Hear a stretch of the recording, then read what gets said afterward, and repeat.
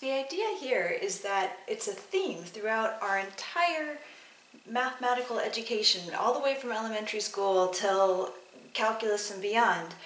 Functions and their inverse functions. I was never big on the chapter, but then I was like, oh, this is like the crux of everything we do.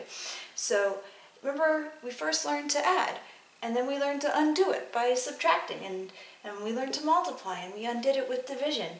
And then it got a little bit harder. We learned to square and square root, cube and cube root. And then the big one, when our brain was already kind of set in its ways and they told us logarithms, that's when we kind of go, what's going on here? Because every time we learned to go it forward, we got pretty good at going forward, and then reversing the gears kind of was a mental gymnastics, but we can do it.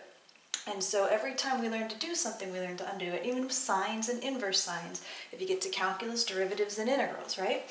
And when I was student teaching, my student teacher, not my student teacher, I was my mentor teacher was describing it to her students, and I don't know if any of the classmates was listening, but I was like, oh, that's a pretty way of describing it, of just like when you wrap a gift, right? You first, put the gift in and you put it in the box, and then you wrap it, put the bow on it, and then when you give it to someone, they undo everything you did. They take off the bow and they unwrap it and they take out the thing out of the box or whatever.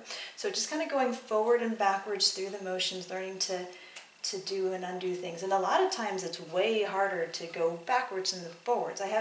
So for the stuff we do, we're going to be okay. But yeah, so just a thought. There you go.